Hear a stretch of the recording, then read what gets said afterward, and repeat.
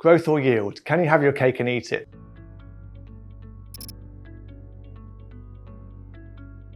My name is Giles and my business is Equidity. In this video, we're going to have a little look at the difference between growth and yield. So growth is about capital growth. It's about buying a property at one price and over time, it going up in value. That's growth. Yield, on the other hand, is the money that you collect from the property. That's like the rent that you can collect from a tenant. And each of those two mechanisms of growth are great, but it's important that you pick the right one for your goals and your objectives, and they're specific to each individual investor. And the reality is it's difficult to achieve both of those. And that's why it's so important to understand what your individual investment strategy is.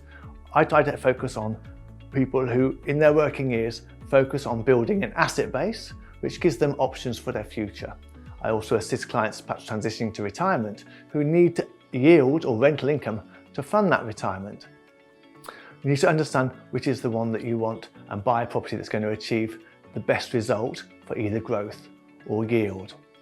What tends to happen with properties is that properties that are high growth have a low yield, and properties that have a high yield have a low growth. So it is difficult to achieve the best of both worlds. And if people suggest that you can get both, then you really need to look very, very carefully at that investment. What I do help my clients with, and there is an opportunity that if you buy a high growth property and you look for upside, which is the ability to manufacture equity in that asset, which is really what I focus on, then you can potentially have the best of both worlds, because once you've increased the value of the asset, you can also increase the value of the yield. I hope that makes sense. If you want to know more about that, then please contact me. And thanks for taking the time to watch.